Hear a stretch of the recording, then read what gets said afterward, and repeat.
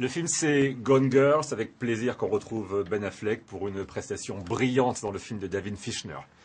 I just said how brilliant you are in this movie. Thank you very much. You better be happy because it's true. Thank you. Rosamund told me that to forget the character and start fresh, she had to get pregnant. What did you do to forget that guy? You know, it's difficult when you do a story about a marriage that takes such a very subversive view of it, you know, and such a dark view, and it's about people that are tangling with one another in very deep and sometimes hurtful ways. You have to find a way to sort of get it out of your head. Fortunately, David's actually quite funny and witty. So between takes and while we were there, and he could take a joke, so I could tease him and have fun with him and say, no one's going to watch this movie, David, so why do you even care? So you can be you in between takes. That's what you mean. Exactly.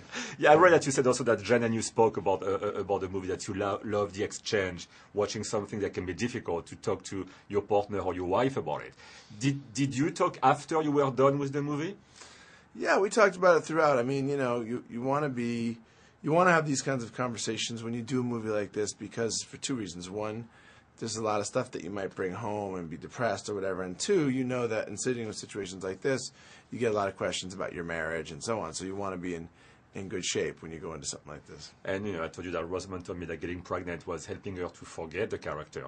Becoming Batman helped you to forget Gone Girl as well? Yeah, you know, it didn't hurt. It's so different, you know.